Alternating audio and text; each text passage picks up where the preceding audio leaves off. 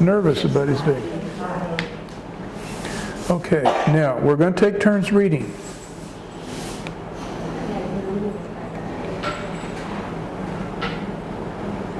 We're going to start right here at this sentence. And Tessa, would you start for us? And we'll just kind of go around our word, reading one sentence at a time. Yeah, would you read this sentence right here, starting with but? But this morning he did not wake. Okay, chop. He stand up and put aside the contents of his bed. Right. Kai? It's what a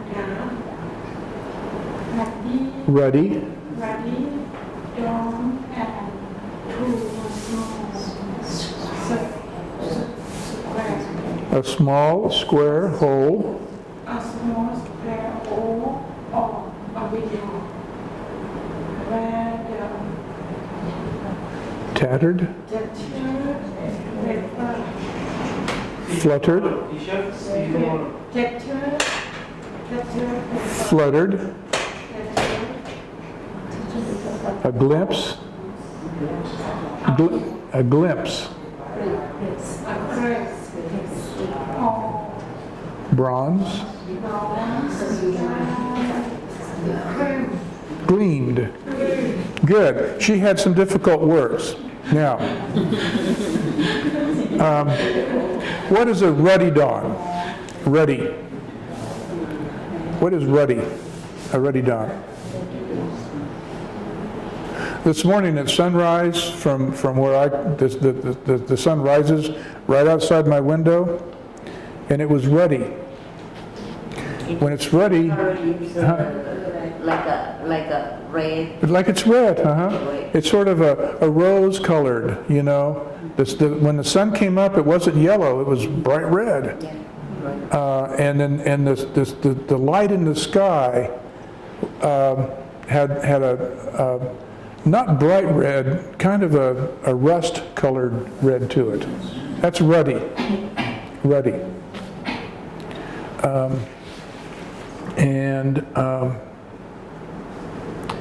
So he's looking out at the sky, which is ruddy, red. It's dawn. He's looking through a small square hole of a window, just a little, you know, tiny. And that window is covered by tattered paper. Tattered meaning sort of ripped and frayed. And, what does this tell us about his house? That he's looking through a small hole of a window, and that window is covered by tattered paper. What do we know about this family?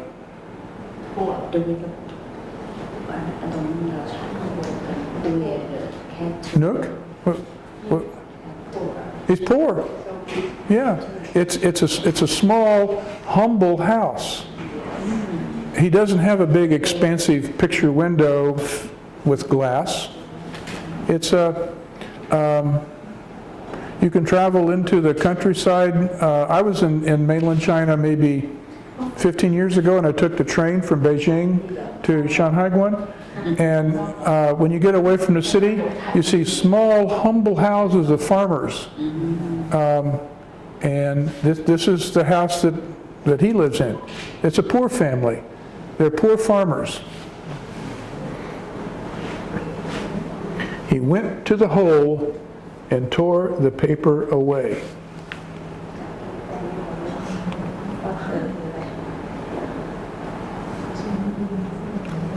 Okay, let's see. We stopped with Kai. Ma, would you read? We're starting right here with. It's spring, and I do not leave this. He musters how to. He muttered. Okay.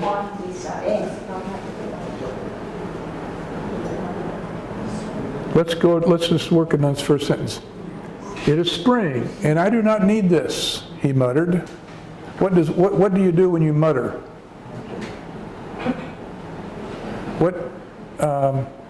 See, the author could have said he spoke, he said, but the author said he muttered. What do we do when we mutter? When we mutter, we kind of mumble. He doesn't say, it is spring. He says, it is spring. See, that's muttering. You kind of, you're not pronouncing carefully. You're mumbling. And when you mutter, you're sort of speaking to yourself. You're not speaking to an audience, to another person. You're just speaking. Yeah. And okay, Pew, would you start right here with he was ashamed? He was ashamed to say aloud that he wished the house should look neat on this day. Good. Yeah, now let's think carefully what's going on here. He's he's the son, he's a young man. We know that he's a young man because he's getting married. And we know that he's getting married. We know that he's poor.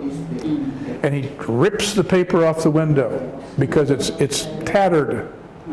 It looks, it makes him look poor. And he's ashamed of his poverty. He wants his new bride, I think, to maybe think better of him than being a poor farmer. So there is a shame that he is attaching to being poor.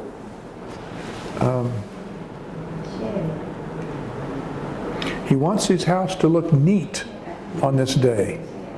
He wants it to look better than it really is.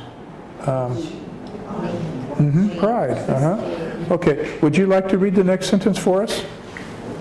It would start right here, the whole. The hole was very large enough to act with his hand, and he thrust it out to fill confidence. Okay, just a small little hole.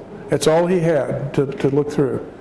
And he stuck his hand out to reach the hair. Okay, so Kat, right here where it says a small... It's a more softly blow gently from the east, and wind mild and murmurous and full of rain. Okay, good. Again, the author is using some words to give us a very vivid description of what this house looks like. The author, Pearl Buck, is trying to paint us a picture with words. A small, soft wind, gentle breeze, small, soft wind, blew gently from the east. A wind mild and murmurous, and full of rain. So a wind that is murmurous is that we can hear the wind, but just barely. It's not a strong wind. A strong wind, we would hear the rush of the noise. But a murmurous wind is a wind that we can just barely hear, just barely feel. And he knows because he's a farmer. Farmers can always tell the weather, what's going to happen. They're good at predicting weather.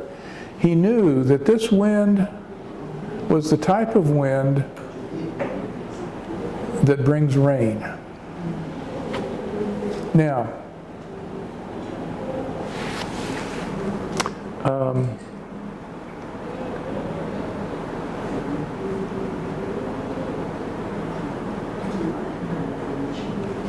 okay, Toy, why don't you read the next two sentences for us? It starts with it. It was a good omen. It was a good omen.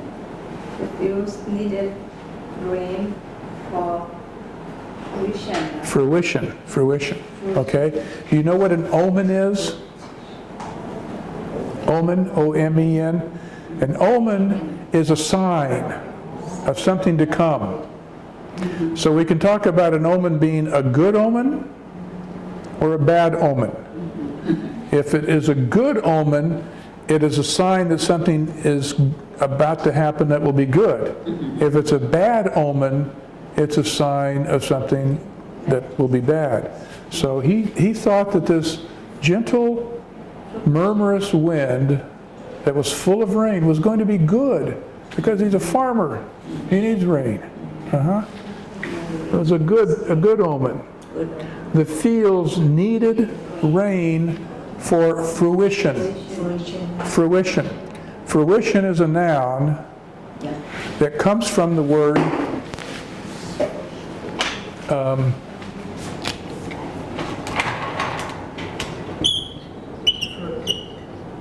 fruit. Fruit is a noun. So when we say something is coming to fruition, we're saying that something is bearing fruit. A farmer would talk about a harvest being the fruition of the year's labor.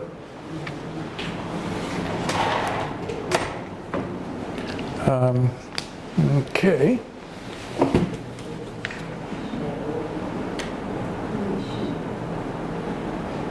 Okay, so then we can begin here with there. There would be no rain this day, but within a few days, if this wind continued, there would be water. It was good. Yeah. So he saw this rain coming in a few days as a good omen. It would bring the rain needed for the crops to come to fruition. It would be